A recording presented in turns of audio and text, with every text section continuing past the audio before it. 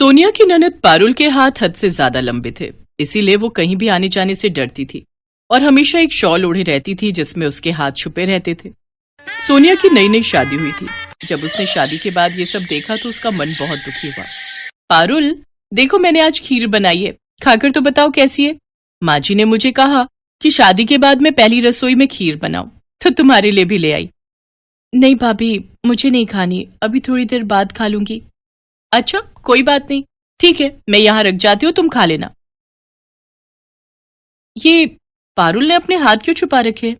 पारुल, तुम्हारे हाथ में कोई चोट लगी है? तुम अपने हाथों को क्यों छुपा रही हो?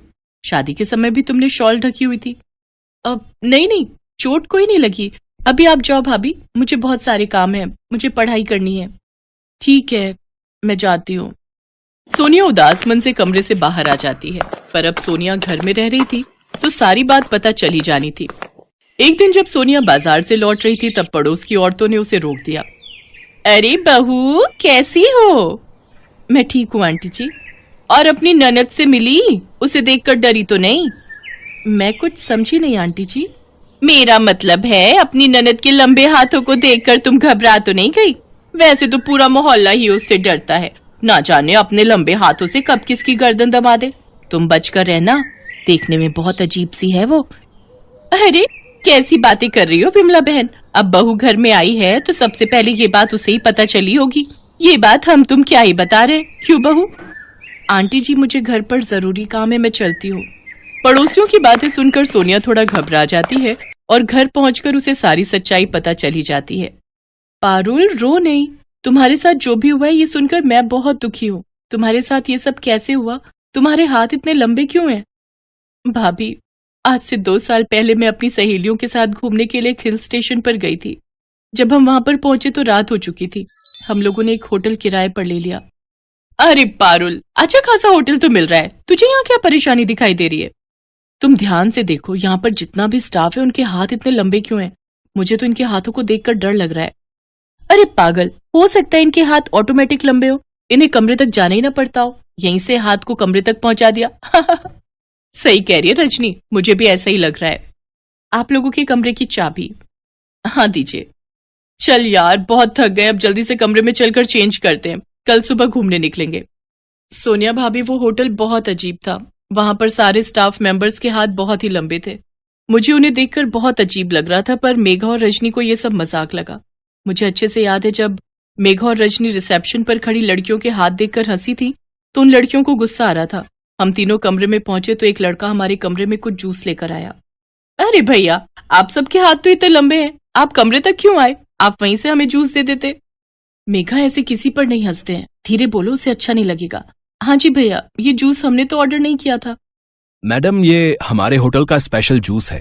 हमारे यहाँ जितने भी लोग आते हैं हम सबसे पहले उन्हें अपने होटल का ये स्पेशल जूस ही देते हैं। अच्छा, क्या बात है, देखने में तो बहुत ही टेस्टी जूस लग रहा है। थैंक यू भैया, हम लोग पी लेंगे। उसके बाद हम लोगों ने वो जूस पी लिया।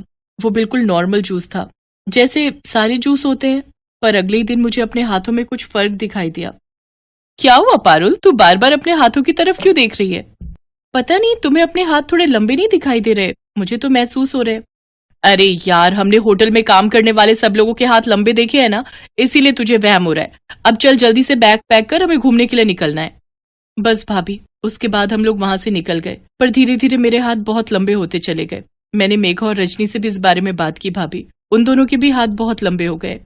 मुझे पूरा शक है कि उस होटल में जो हमने जूस पिया था ना, उसमें जरूर कुछ ऐसा मिला था जिससे हमारे हाथ लंबे हो गए। मेघा और रजनी के भी हाथ लंबे हैं भाभी, वो भी घर से बाहर नहीं निकलती।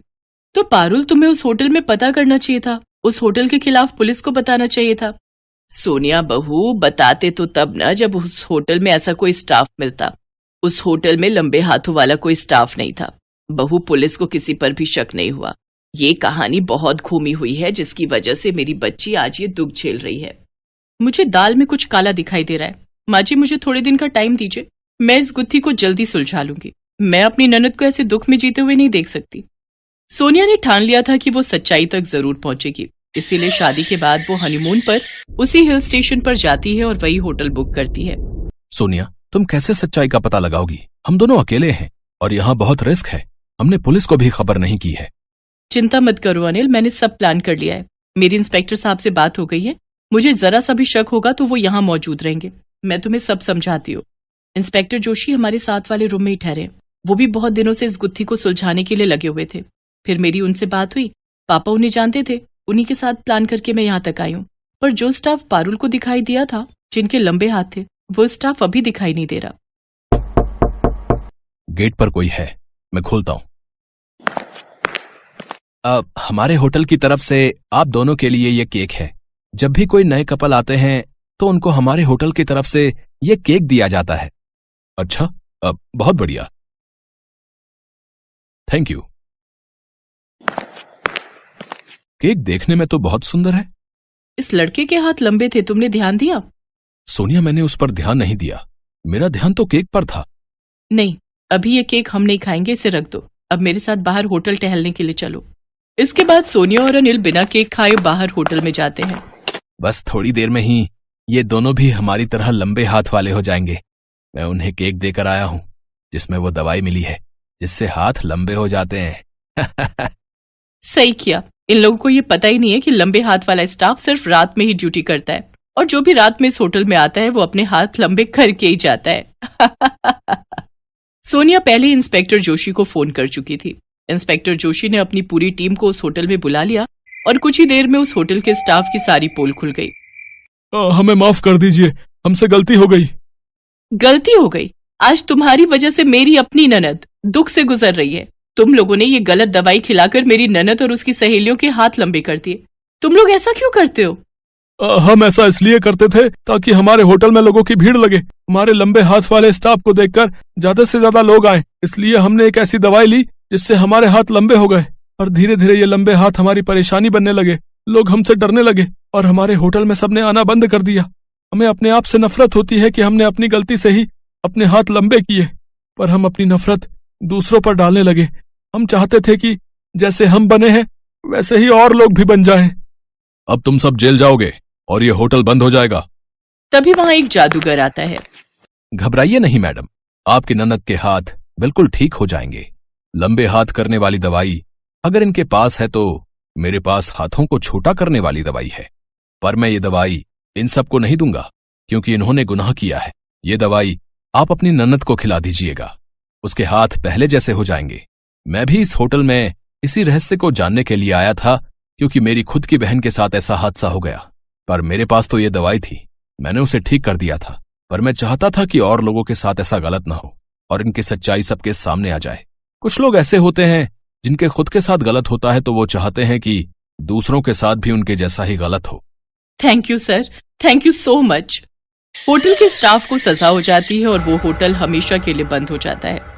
जादूगर की दी हुई दवाई से सोनिया की ननद के हाथ पहले जैसे ठीक हो जाते हैं। मेघा और रजनी को भी पारुल वो दवाई देती है। मेघा रजनी भी पहले जैसी ठीक हो जाती हैं। आज सोनिया के कारण उसकी ननद पारुल के हाथ बिल्कुल ठीक हो गए थे और उसके जीवन में खुशियां फिर से लौट आई थी। थैंक यू भाभी, थैंक यू सो मच, मेरी प्यारी ननद। सुमन घबराई हुई थी। उसकी बचपन की वो सहेली जिसने हमेशा उसकी मदद की थी, आज अपनी बेटी को छोड़कर इस दुनिया से जा रही थी। कला, कला तू घबरा मत, तू बिल्कुल ठीक हो जाएगी। नहीं सुमन, मैं अब नहीं बच पाऊंगी। मैंने प्राची से तुम्हें फोन इसलिए ही करवाया है। सुमन, मेरी प्राची मेरे जाने के बाद इस दुनिया में बिल्कुल अकेली है। इसके लंबे कद के कारण कोई लड़का इससे शादी को हाँ नहीं कहता। पता नहीं मेरे जाने के बाद मेरी बच्ची से कौन शादी करेगा।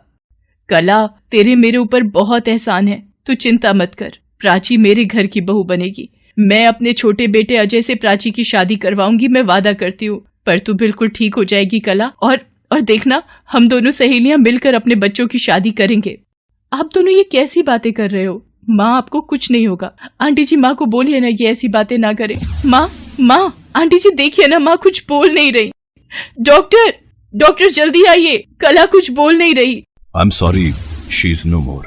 आंटी जी, मेरी माँ मुझे छोड़कर चली गई। मैं अब किसके सहारे जीऊंगी, किसे माँ बुलाऊंगी? आंटी जी। प्राची, मेरी बच्ची चुप हो जा। देख, मैं भी तो तेरी माँ जैसी हूँ। आ मेरे कलेजे से लग जा मेरी बिटिया, चुप हो जा।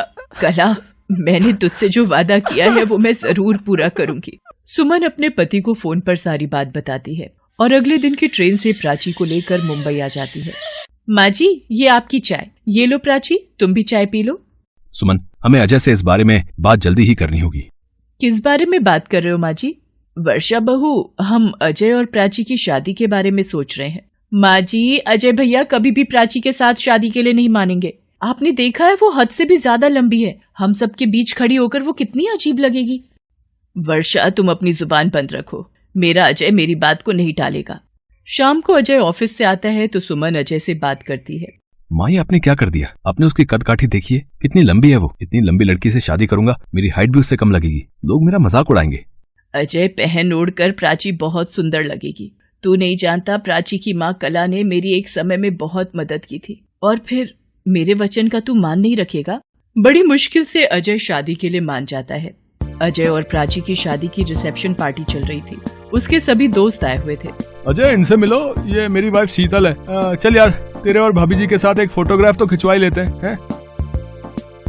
माफ कीजिएगा अजय जी, ये प्राची जी कैमरे में नजर नहीं आ रही हैं। प्राची जी, आपको थोड़ा झुककर खड़ा होना पड़ेगा, या एक काम कीजिए, आप कुर्सी पर बैठ सकती हैं, तब आप नजर आ जाएंगी। अजय मेरे दोस्त अच्छा है। अब तुझे छत पर जाना हो तो बस भाभी जी को खड़ा कर देना है और उन पर चढ़कर सीधा छत पर पहुंच जाना भाई। सीढ़ी की भी जरूरत नहीं पड़ेगी भाई है। अब तुम लोग एंजॉय करो, मैं अभी आता हूँ। अजय गुस्से में अपनी माँ और पापा के पास जाता है। आपने मेरे दोस्त यारों के बीच मेरी इंसल्ट करवा दी है। प्राची की हाइट इतनी लंबी है कि सब दोस्त मेरा मजाक उड़ा रहे हैं। वो कैमरे में भी फिट नहीं आ रही है।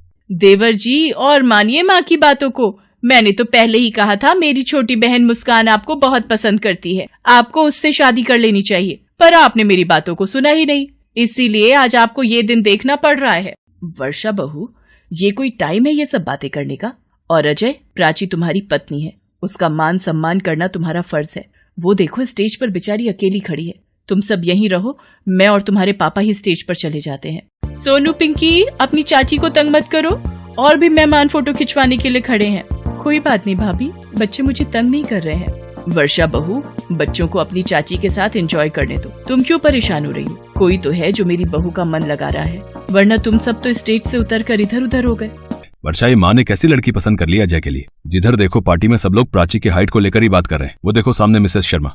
ये मिश्रा जी को भी इतनी लंबी लड़की मिली थी शादी के लिए। अजय में कमी क्या थी? देखने में तो सुंदर है, पर लड़की की हाइट बहुत लंबी है। देखभाल कर लड़की पसंद करनी चाहिए।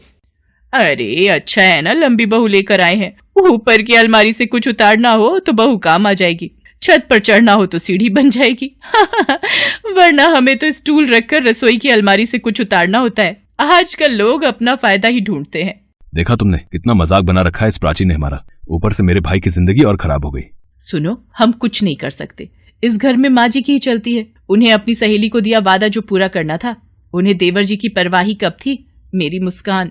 वर्षा, अब तुम फिर शुरू मत हो जाना मुस्कान का नाम लेकर। कुल मिलाकर सास ससुर और बच्चों को छोड़कर घर में सभी को प्राची से चिढ़ थी। अजय, वर्षा, मोहित तीनों प्राची से सीधे मुंह बात करना पसंद नहीं करते थे। प्राची, मैं जानती हूँ तुम इस घर में खुश नहीं हो। अजय, वर्षा और मोहित तुम्हारे साथ अच्छा व्यवहार नहीं करते हैं, पर समय के साथ सब कुछ ठीक हो जाएगा। इन सब की तरफ से मैं तुमसे माफी मांगती हूँ बेटा। माँ जी, ये आप क्या कह रही हैं? आप यूँ माफी मत मांगिए। आप नहीं होती तो पता नहीं मेरा क्या होता। आपने तो मेरी जिंदगी को संभाल लिया। प्राची सुमन के गले लग जाती है। प्राची अपनी तरफ से सबके दिलों में जगह बनाने की कोशिश कर रही थी। ऐसे ही एक दिन, माँ जी, आज स्कूल वैन वाला भैया नहीं आएगा, मैं बच्चों को लेने स्कूल जा रही हूँ। भाभी, आप स्कूल जा रही हैं तो क्या मुझे ब्यूटी पार्लर तक छोड़ देंगी? मुझे थ्रेडिंग करवानी थी और थोड़ा बाजार का काम था। मुंबई शहर मेरे लिए नया है तो मैं यहाँ के रास्ते अच्छे से जानती नहीं हूँ। जाते हुए टोक दिया। ठीक है, आओ, मैं तुम्हें छोड़कर बच्चों को वापसी ले आऊंगी। तुम अपने आप घर वापस आ जाना। वर्षा प्राची को लेकर पहले बच्चों के पास स्कूल चली जाती है, पर वो जैसे ही स्कूल के अंदर पहुंचती है, वहां पर भीड़ लगी हुई देखकर वो घबरा जाती है। ये भीड़ क्यों लगी हुई है? क्या हुआ? फर्स्ट फ्लोर पर एक छोटे बच्चे ने गलती से वॉशरूम की कुंडी लगा ली है और अब वो वॉशरूम की कुंडी नहीं खोल पा रहा है। वहाँ से बाहर आने का एक ही रास्ता है, खिड़की जो बालकनी की तरफ खुलती है, पर वहाँ भी जाने का कोई रास्ता नहीं है। वर्षा जी, आपका बेटा सोनू ही तो वॉशरूम में बंद हो गया है। हम सब बहुत देर से परेशान हैं। ये लीजिए, पिंकी को आप पकड़िए, बहुत देर से रो रही है। फायर ब्रिगेड को बुलाया गया है पर उन्हें आने में समय लगेगा और हमारे पास इतनी लंबी सीढ़ी नहीं है कि बच्चे को बालकनी की खिड़की से नीचे उतारा जा सके। क्या? मेरा सोनू वॉशरूम में बंद हो गया है। मेरे बच्चे को कोई बचा लो, वो रो रो कर परेशान हो रहा होगा। मैम, आपके स्कूल में इस वक्त जो भी सीढ़ी मौजूद है वो मुझे दे दीजिए। प्राची, तुम क्या करने वाली हो? मुझे कुछ समझ नहीं आ रहा है। सब टीचर्स और पेरेंट्स प्राची को देखते रह जाते हैं। प्राची एक सीढ़ी पर चढ़कर ऊंची बालकनी में पहुंच जाती है। प्राची लंबी थी, इसलिए वो ऊंचाई पर चढ़कर बालकनी तक पहुंच गई और उसने किसी तरह बालकनी की खिड़की खोलकर सोनू को सुरक्षित निकाल लिया। स्कूल का स्टाफ और पेरेंट्स प्राची की बहुत तारीफ करते हैं। प्राची जी, आप सचमुच बहुत हिम्मत वाली हैं। मैं आज ही अपने स्कूल के सारे स्टाफ के साथ एक मीटिंग रखूंगी और ऐसी गलती दोबारा ना हो, इस बात का पूरा ध्यान रखा जाएगा। वर्षा और प्राची बच्चों को लेकर घर आ जाते हैं। घर आकर वर्षा सारी बात घर वालों को बताती है और वो प्राची से भी माफी मांगती है। प्राची, मुझे माफ कर दो। मैंने हमेशा तुम्हारी लंबाई का मजाक बनाया, पर आज तुम्हारी वजह से ही मेरे बच्चे की जान बची है। मुझे माफ कर देना। भाभी, प्लीज आप रोइए मत। देखिए, सोनू बिल्कुल ठीक है। मोहित और अजय भी प्राची को इतना गलत बोलने के लिए शर्मिंदा थे। उस दिन के बाद से प्राची की लाइफ में सब कुछ ठीक हो जाता है।